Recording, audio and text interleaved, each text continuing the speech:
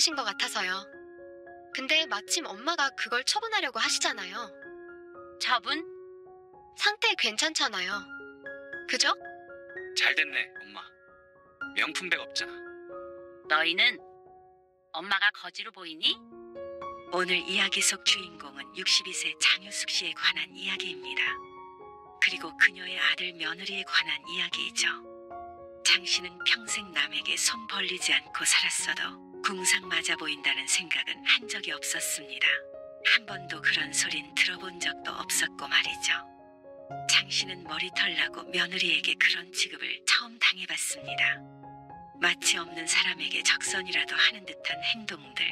좋은 마음이었는지 나쁜 마음이었는지는 더는 중요하지 않았습니다. 아기가 없어도 장 씨는 자신을 쓰레기통 취급하는 듯한 기분이었습니다.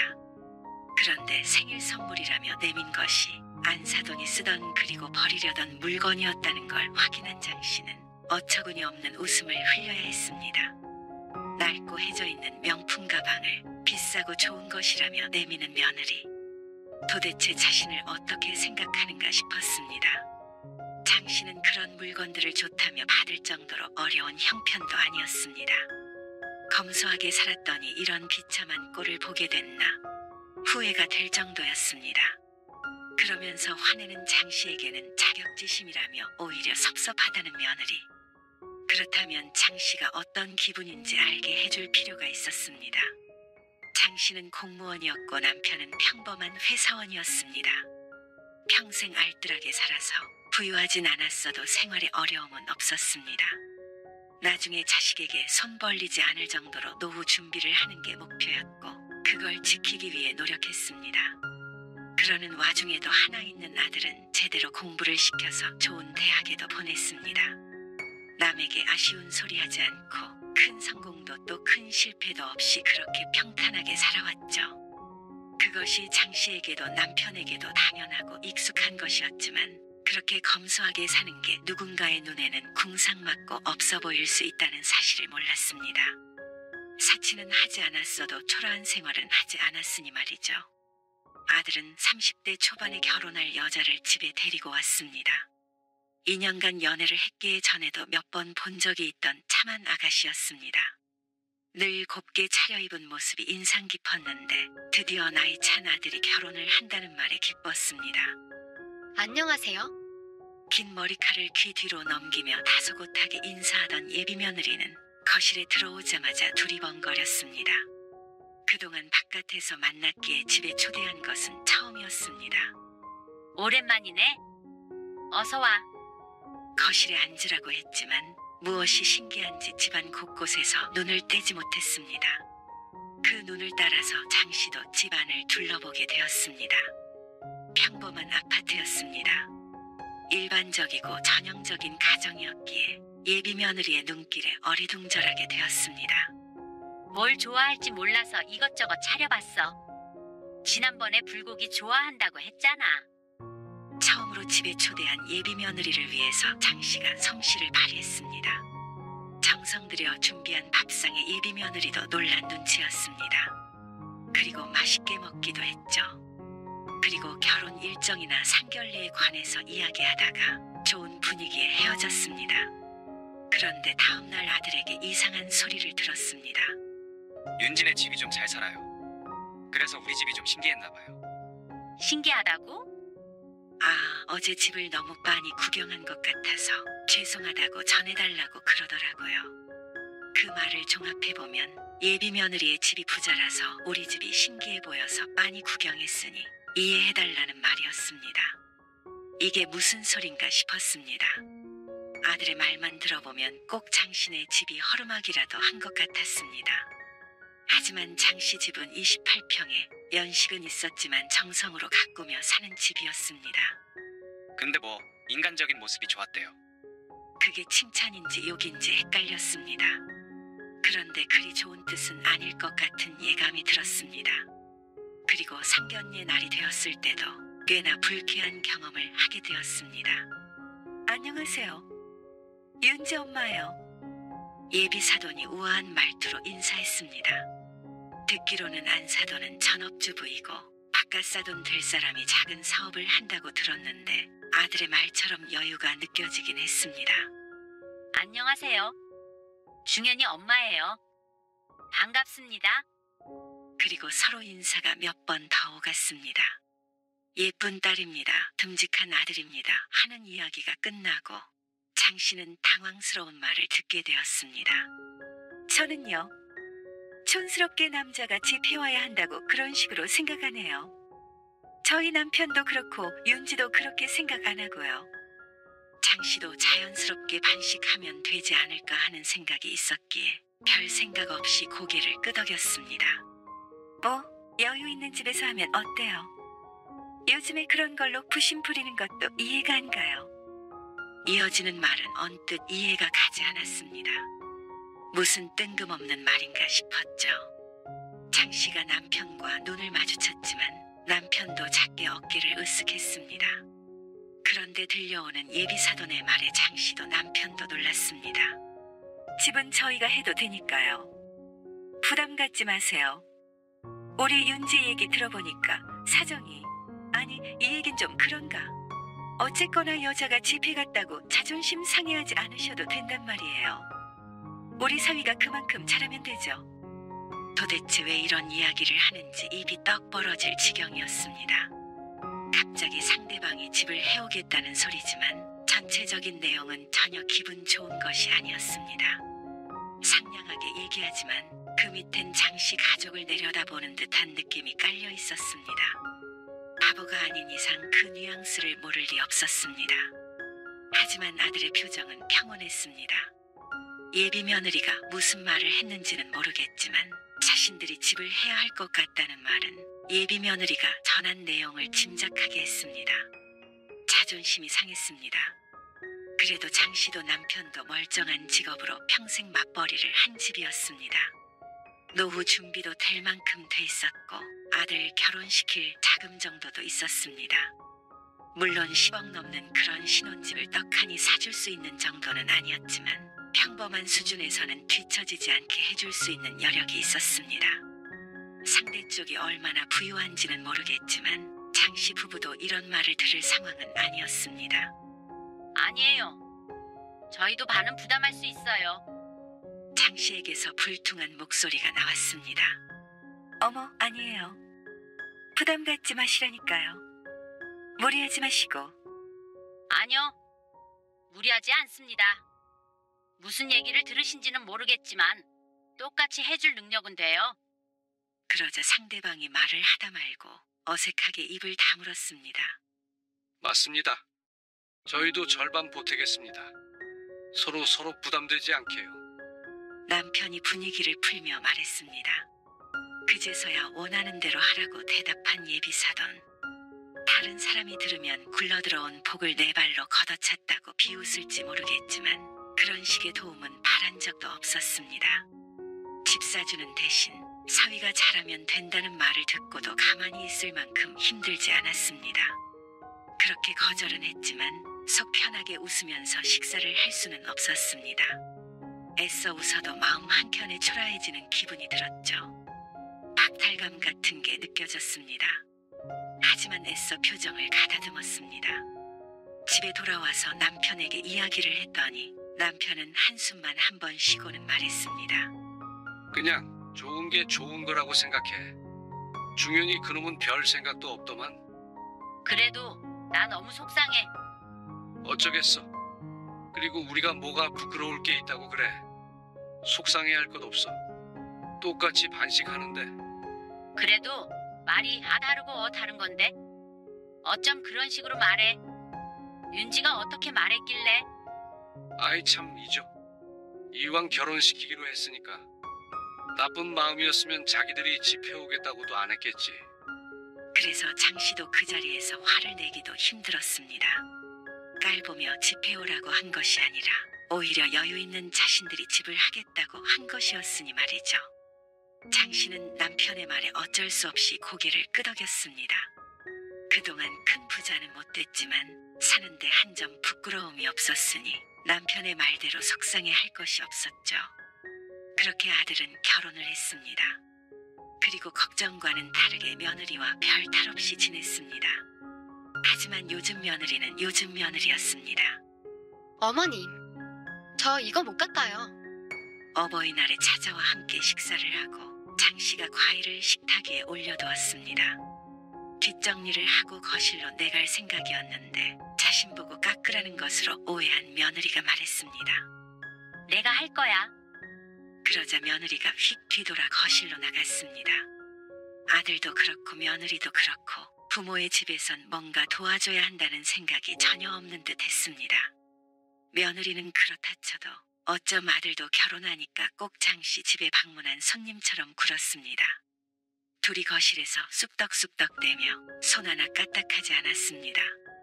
아들이 결혼한다고 며느리의 수발을 받길 원했던 것이 아니었기 때문에 장씨도 아들 내외를 집으로 부르지 않았습니다. 사실 솔직한 심정으로는 반갑기도 했지만 힘들기도 했습니다. 장씨도 요리를 즐기는 편이 아닌데 며느리가 오면 특별히 신경을 써야 했습니다. 그래서 자주 오지 않는 것이 더 좋았습니다. 그렇다고 서로 사이가 좋지 않은 건 아니었습니다. 그저 예전과는 문화가 바뀌었을 뿐이었고 장씨도 그게 맞다고 생각했습니다. 어머니, 근데 이 소파는 얼마나 오래 쓰신 거예요?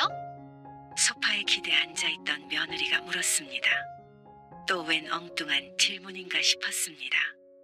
글쎄, 10년은 훨씬 넘었지. 언제 샀는지 잘 기억나진 않지만 당시에 꽤나 고가의 소파를 구매했었고 그래서인지 오랫동안 사용하고 있었습니다. 디자인 보니까 그런 것 같았어요. 며느리는 이런 식의 말을 종종 했습니다. 그렇다고 무시하는 말투는 아니었고 있는 사실 그대로 이야기하는 듯 했지만 들을 때마다 기분이 이상했습니다. 그간의 경험에 의하면 심성이 나빠서 하는 소리는 아니었습니다. 그래도 고장난 데 없이 멀쩡해. 가죽이 벗겨진 것도 하나 없었습니다. 그럼 고장날 때까지 쓰실 거예요? 장씨 가족에겐 그게 당연했습니다. 멀쩡한 걸 바꾼다는 건 장씨의 상식과는 맞지 않았습니다. 아, 소파가 비싸긴 비싸죠. 가격 문제는 아니었지만 며느리는 몇 번 설명을 해도 이해하지 못하는 듯 했습니다. 그쯤 되니 사돈네가 재벌이라도 되나 하는 의문이 들었습니다. 하지만 지난달에 아들에게 슬쩍 물어봤을 때는 그런 건 전혀 아니라고 했죠. 장씨도 며느리를 이해해보려고 했습니다. 살아왔던 환경이 다르니 그럴 수 있다고 생각했습니다. 하지만 장씨에게 이해할 수 없는 일이 생겼습니다. 명절 전날 저녁, 아들 며느리가 방문했습니다. 나가서 먹자. 매번 음식하는 게 힘들어 이제부터는 외식을 하기로 했습니다. 아들도 며느리도 좋아했죠. 근처 식당으로 가기 위해서 얇은 외투를 걸치고 휴대폰을 찾고 있는데 며느리가 깜짝 놀라며 장씨에게 말을 걸었습니다. 어머님, 그거 입고 가시게요? 며느리의 반응에 장씨가 더 놀라서 자신의 차림새를 훑어보았습니다. 뭐라도 묻었나 싶어서 그랬는데 며느리가 호들갑을 떨며 말을 이었습니다. 좀 촌스러운데요? 다른 옷 없으세요? 그냥 검정색 얇은 외투일 뿐이었습니다. 장씨가 어리둥절해했고 아들도 고개를 갸웃거렸습니다. 평범한데 왜? 어머님 옷 좀 선물 드려야겠다. 장씨가 겸연쩍은 표정을 지으며 외투를 벗었습니다. 그리고 다른 외투로 갈아입었지만 며느리 마음에 차지는 않는 것 같았습니다. 장씨도 퇴직은 했지만 30년 정도를 직장 생활을 했습니다. 며느리의 말처럼 촌스러운 옷을 입고 다닌 적도 없었고 옷에 관해 지적을 받아본 적도 없었습니다. 우아하고 세련되지는 않을 수 있지만 그렇다고 품이 없는 옷을 입지도 않았죠. 외투를 바꿔 입고 외출했지만 어쩐지 언짢은 기분이 들었습니다. 하지만 고개를 흔들었습니다. 며느리가 시어머니를 챙겨주는 것이라고 생각했습니다. 그렇게 장씨 부부와 아들 내외는 같이 나가서 택시를 잡아탔습니다. 5분 정도 가면 갈비집 있어. 네, 갈비 좋아해요.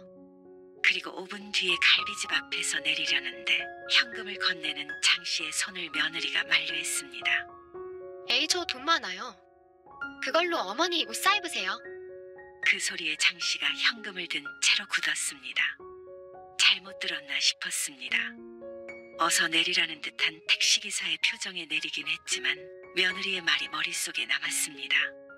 안 좋은 장 씨의 표정을 봤는지 남편이 옆구리를 찌르며 말했습니다. 그냥 당신 보고 돈 내지 말라고 과장해서 한 소리겠지. 옷 사입으라는 게 그냥 한 소리야? 그렇게 들린 거지. 꼬아서 듣지 마라. 윤지 원래 저런 식으로 말하잖아. 아무리 그래도 에이, 좋은 날에 얼굴 펴. 말을 어떻게 잘해야 하는지 아직 모르는 거지. 남편의 말에 장 씨도 숨을 푹 내쉬었습니다. 남편의 말대로 기분 나쁜 건 장 씨의 착각인지. 그런데 명절이 끝나고 갑자기 방문한 며느리를 보고는 당황스러운 마음을 감출 수 없었습니다. 아들도 없이 혼자서 들린 며느리가 큰 쇼핑백을 내려놓았습니다. 어머님, 이거 받으세요. 이게 뭐야? 아, 집에서 챙겨온 거예요. 뭔데? 장 씨가 쇼핑백을 열어보며 물었습니다. 제가 안 입는 옷이에요. 뭐? 아니 옷을 왜 줘? 옷장 열어봤는데 안 입는 옷이 많아서요. 어차피 안 입는 거 어머님 드리면 좋잖아요. 쇼핑백에는 옷이 한가득 들어있었습니다. 아니야 괜찮아. 옷 많아. 에이, 지난번에 그런 옷 말고요. 이런 거 입으세요. 하지만 입으라며 가져온 옷들은 장 씨가 입기에는 너무 알록달록하고 젊은 옷이었습니다. 장 씨가 사양하자 며느리가 웃으며 부담 갖지 말라고 말했습니다. 아니 부담이 아니라 옷 별로 없으신 것 같아서요. 해맑은 그 표정을 보니 차마 도로 가지고 가라는 말이 나오지 않았습니다. 하지만 입던 옷을 왜 주는 것인지 이해가 되지는 않았습니다. 애써 가지고 왔는데 자꾸 거절하는 것도 미안해서 장 씨는 더는 사양하지 못했습니다. 일단은 고맙다고는 했지만 난감했습니다. 저는 그럼 일이 있어서 가볼게요. 그럼 이것만 주려고 온 거야? 네, 그러고서 가버린 며느리. 일부러 이 옷들을 전해주러 왔나 싶어서 고마운 마음도 들었습니다. 그런데 며느리가 가고 나서 쇼핑백을 열어본 장 씨의 기분이 곤두박질 쳤습니다. 안 입는 옷이 아니라 못 입는 옷을 준 듯 했습니다. 많이 입은 티가 나는 낡은 옷은 사이즈조차 맞지 않아 보였습니다. 이걸 도로 가지고 가라고 할 수도 없어서 장 씨는 쇼핑백을 통째로 옷장에 넣어두었습니다. 남편이 뭐냐고 물어도 한숨만 쉴 뿐이었습니다. 그래도 기분 좋게 주고 갔으니 기분 좋게 받자 싶어 아무 말 하지 않았죠. 그런데 그때 확실히 거절했어야 했나 싶었습니다. 그때부터 며느리는 장 씨의 집으로 선물을 날랐습니다. 하지만 그 선물이라는 것들이 전부 자신이 쓰던 것이었죠. 엄마, 이거요. 윤지가 전해주래요. 이게 뭐야? 안 신는 신발이라던데. 신발 많아? 가지고 가. 그래도 신경 써서 준 건데 어떻게 다시 돌려줘요? 아니 그렇다고 남이 신던 신발을 신어? 에이, 며느리가 신던 신발인데 뭐가 어때서요? 그리고 남이라고 하면 저도 좀 서운해요. 퇴근하던 길이라며 신발 새 켤레를 들고 온 아들. 모두 며느리가 더 이상 안 신는 신발이라고 했습니다. 하지만 장 씨는 남이 신던 신발을 신어본 적이 없었습니다. 그럴 마음도 없었습니다. 그게 아무리 며느리라도 말이죠. 사이즈 얼추 비슷하지 않아요? 신발이 얼추 비슷한 사이즈면 다 신어야 하는 것인지 어이가 없었습니다. 깨끗하지도 않고 장 씨의 취향도 아니고 사이즈도 안 맞는 신발을 선물이랍시고 준 아들 며느리가 전혀 반갑지 않았습니다. 옷은 얼떨결에 받았지만 더 이상 이런 선물은 사양이었습니다. 지난주에도 아들 통해서 집에서 쓰던 매트 같은 걸 들고 오기도 했는데 이쯤 되니 선물이 아니라 처리하기 곤란한 쓰레기를 버리는 게 아닌가 싶었습니다. 아무리 집에 있던 것이라도 쓰지 않은 걸 줬다면 작은 선물이라도 반갑게 받았을 텐데 한두 번도 아니고 늘 이렇게 집에서 굴러다니는 못 쓰는 걸 의사도 묻지 않고 갖다 놓으니 기분이 좋을 수가 없었습니다. 그래도 명색이 선물인데 버릴 수도 없었으니 말이죠. 이제 진짜 이런 거 가지고 오지 마. 왜요? 그래도 며느리가 시어머니 생각해서. 아니, 쓰던 걸 왜 자꾸 주는 거야? 아, 쓰던 거라 그래요? 새 거 아니라서? 새 거든 아니든 안 줘도 되니까 가지고 오지 말어. 너희는 남이 쓰던 거 자꾸 주면 좋겠어? 그러자 아들이 떨떠름한 표정을 지었습니다. 아주 서운하다는 기색이 역력했습니다. 그리고 그날 밤 장 씨는 황당하게도 며느리의 울음 섞인 전화를 받게 되었습니다. 저는 그런 의도로 드린 거 아니에요. 다 제가 아끼던 것들이고요. 그냥 안 쓰게 돼서 드린 건데 어머니도 돈 안 쓰고 좋으신 거 아니에요? 시간 내서 애써 챙긴 선물이에요. 장 씨는 무척 당황스러웠습니다. 정말 서운해요. 저는 어머님 생각하는 마음으로 그랬던 거예요. 어디 가서 무시당하지 마시라고. 근데 남이 쓰던 거라니요. 윤지야, 그런 뜻이 아니라. 그러는 무시는 며느리가 하고 있는 것 같았지만 당장 며느리를 달랬습니다. 장 씨가 해명을 해도 울음소리가 커졌습니다. 대화가 안 되기 시작하자 아들이 전화를 넘겨받았습니다.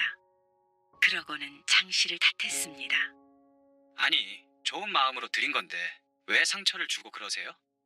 장 씨는 기가 막혔지만 며느리가 하도 난리를 치는 바람에 화를 내려던 마음이 수그러들었습니다. 하지만 그렇다고 계속 이런 선물을 받을 수는 없었습니다. 윤지가 쓰던 거 줘봤자 사이즈도 안 맞고 젊은 사람 옷이나 신발을 내가 어떻게 신겠어? 누가 쓰던 거 쓰는 것도 좋지 않고 물론 챙겨주고 싶은 마음은 충분히 알겠어. 근데 마음만 받을게, 응? 내가 윤지 마음을 모르겠니? 장 씨가 애써 아들을 설득했습니다.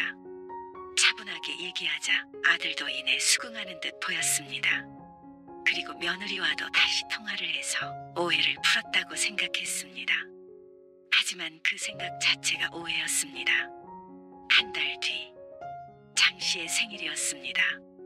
장 씨 부부와 아들 내외가 함께 식당에서 만나 식사를 했습니다. 평일인데도 시간을 내준 아들 내외가 고마웠습니다. 그런데 며느리가 내민 선물을 보고는 분노가 치밀어 올랐습니다. 어머님, 이거 받으세요. 며느리가 고급스러운 로고가 그려져 있는 커다란 쇼핑백을 내밀었습니다. 잘 모르는 장 씨가 언뜻 보아도 명품처럼 보였습니다. 어머, 이게 뭐야? 어머님이 좋아하실 만한 선물이에요. 지난 일들이 미안해서 비싼 선물을 준비했나 싶었습니다. 이런 거 안 줘도 되는데 왜 비싼 거를? 장 씨가 걱정스럽게 중얼거리면서 가방을 받아들었습니다. 그게 원래 300만 원도 넘는 거예요. 그래?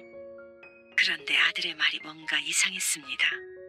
원래 300만 원이 넘었는데 그럼 지금은? 고개를 갸웃거리며 장 씨가 쇼핑백을 열었습니다. 그런데 안에 들어있던 내용물을 꺼내보려던 장 씨의 손이 멈추었습니다. 이게 어머님, 그거 비싼 거예요. 원래 비쌌는지는 모르겠지만 굳이 꺼내지 않아도 새 상품이 아니라는 건 알 것 같았습니다. 어서 꺼내봐. 남편의 재촉에 장 씨가 천천히 쇼핑백 안에 있던 가방을 꺼냈습니다. 그러자 남편의 웃던 얼굴이 굳어졌습니다. 저희 엄마 건데요. 지난번에 친정에 갔다가 제가 들고 왔어요. 어머님 명품백 하나도 없으신 것 같아서요. 근데 마침 엄마가 그걸 처분하려고 하시잖아요. 처분? 상태 괜찮잖아요. 그죠? 칭찬이라도 바라는 듯한 표정의 장 씨는 할 말을 잃었습니다. 가방에 모서리가 달아서 색깔이 달라 보였고 그것이 아니더라도 좋기 20년은 돼 보이는 캐캐 묵은 가방이었습니다. 원래 얼마나 비쌌고 고급스러운 명품이었는지는 모르겠지만 더 이상은 아니었습니다. 잘 됐네, 엄마. 명품백 없잖아. 옆에서 아들은 좋다고 웃었습니다. 할 말을 잃은 건 장 씨와 남편뿐이었습니다. 남편도 좋은 게 좋은 거다 그냥 받아서 집에 둬라 할 사람이었지만 이번만큼은 아닌 듯 했습니다. 참, 명품 가방을 사달라고 하지도 않았고 바란 적도 없었지만 그렇다고 안 사돈이 쓰던 거를 생일 선물이랍시고 가지고 올 줄은 몰랐습니다. 이 정도가 됐으면 선의가 아니라 사람을 우습게 보는 게 아닌가 싶었습니다. 쓰던 것도 멀쩡한 것도 아닌 처분하려고 버리려고 했던 걸 주워왔으면 말 다 했죠. 너희는 엄마가 거지로 보이냐? 결국 장 씨의 입에서 거친 말이 나왔습니다. 그러자 아들도 며느리도 놀라서 쳐다보았습니다. 뭐가 잘못된 것인지 모르는 듯 했습니다. 아, 명품백은 중고거래도 하고 그래요. 엄마, 그러면 갖다 팔지. 왜 엄마한테 가지고 와? 아무리 그렇다고 한들 생일 선물로 내밀 것은 아니었습니다. 작은 선물이라도 새 선물을 받고 싶지 쓰던 걸 받고 싶은 사람은 없었습니다. 설령 그게 명품이라고 하더라도 말이죠. 차라리 생판남이었다면 나았을 텐데 다른 사람도 아니고 안 사돈이 쓰던 걸 적선이라도 받는 기분이 들었습니다. 이건 너무한 거 아니냐? 남편도 기분 나쁜 기색을 보였습니다. 명품 가방은 내가 필요가 없어서 안 샀던 거지. 돈이 없어서 못 산 거 아니야? 이런 게 날 생각해 주는 거야? 그게 아니고 좀 쓰던 거면 어때서요? 명품인데. 그러면 너희는 명품이면 길에 버려진 것도 주워올 거야? 길에서 주워온 거 아니잖아요. 어쨌거나 버리려고 했던 걸 가지고 온 거면 주운 거랑 뭐가 다르냐? 그게 어떻게 같아요? 나중엔 입던 속옷도 주겠다? 엄마가 어려워 보이니까? 그러자 오히려 아들 며느리는 서운해했습니다. 그게 엄마 자격지심이죠. 거지라니요. 그냥 기쁜 마음으로 받으시면 안 돼요? 돈 아까워서 못 사시는 것 같아서 드린 건데. 왜 좋은 날에 이러세요? 자격지심? 어이가 없었습니다. 아들 며느리도 과연 이런 선물을 받고 기쁜 마음을 가질 수 있을지 의문이었습니다. 너희가 엄마를 무시할 만큼 돈이 그렇게 많으면 새 걸로 사줘야 하는 거 아니야? 장 씨는 아들도 며느리도 이해가 가지 않았습니다. 아무리 사돈네가 돈이 많다고 하더라도 결혼할 때 한 푼도 덜 내지 않고 정확히 반씩 보탰습니다. 그런데 어째서 이렇게 없는 사람 취급을 받아야 하는지 몰랐습니다. 자격지심을 가질 만큼 궁색하게 산 적은 단 한 번도 없었습니다. 말로 해서는 장 씨가 어떤 기분인지 못 알아먹을 듯 했습니다. 그래서 장 씨는 직접 알려주기로 했습니다. 장 씨는 정확히 일주일 뒤에 차 트렁크 한가득 물건을 실었습니다. 정말로 가지고 가게? 그럼 집 아주 깨끗해졌지? 그거야 그런데.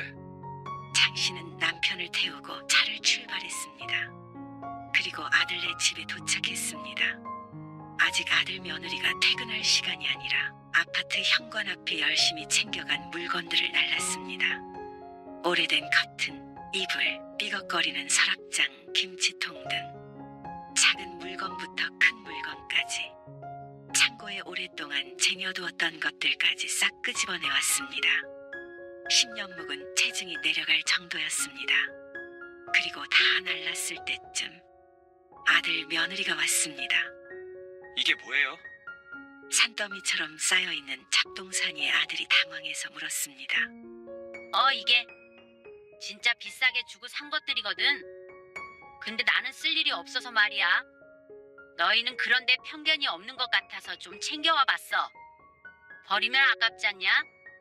그러자 아들 며느리의 인상이 팍 찌푸려졌습니다. 쓰기에는 멀쩡한 것들이니까 꼭 써. 알겠지? 커튼도 이걸로 달고. 장 씨가 먼지 날리는 커튼을 집어들며 말했습니다. 이게 뭐예요? 이건 그냥 버리는 거잖아요. 폐기물을 그냥 버리시면 되지. 왜? 멀쩡한 걸 보고 무슨 폐기물이래? 서운하게? 멀쩡하긴 뭐가 멀쩡해요. 그리고 저희는 이런 거 필요 없어요. 그래도 아까우니까 써. 네? 무슨 말이 그래요? 아까우면 엄마가 쓰셔야지. 너희는 안 쓰는 물건 나 다 줬잖아. 그러면 너희도 나한테 필요 없는 폐기물을 줬다는 거 아니냐? 그러자 말문이 막힌 아들 며느리. 이게 기분이 나빴다면 그것도 너희 자격지심인 거니? 착잡한 기분이었습니다. 속이 시원하긴 했지만 그렇다고 있었던 일이 없어지는 게 아니었습니다. 그리고 너희 말대로 우리 집 사정이 참 안 좋으니까 너희 신혼집 구할 때 줬던 돈은 돌려줬으면 해. 어차피 불우이웃 정도로 생각되는 마당에 사돈네와 똑같이 보탠 건 의미도 없어 보였습니다. 그리고 아들도 며느리와 행복한 나날을 보내는 것 같고 장씨 부부의 심정은 헤아리지도 않는 걸 보니 결심이 섰습니다. 차라리 사돈네가 해주는 집에서 대릴사위 노릇하며 사는 게 서로 마음이 편할 것 같았습니다. 그 돈을 노후 자금에 보태면 장씨 부부는 좀 더 사치 부리며 마음껏 살 수 있는데 뭐하러 이런 아들을 위해 쓰나 싶었습니다. 아니, 이게 무슨... 아들은 당황스러운 것 같았고 며느리는 얼굴이 일그러졌습니다. 모욕이라도 당한 듯한 표정이었습니다.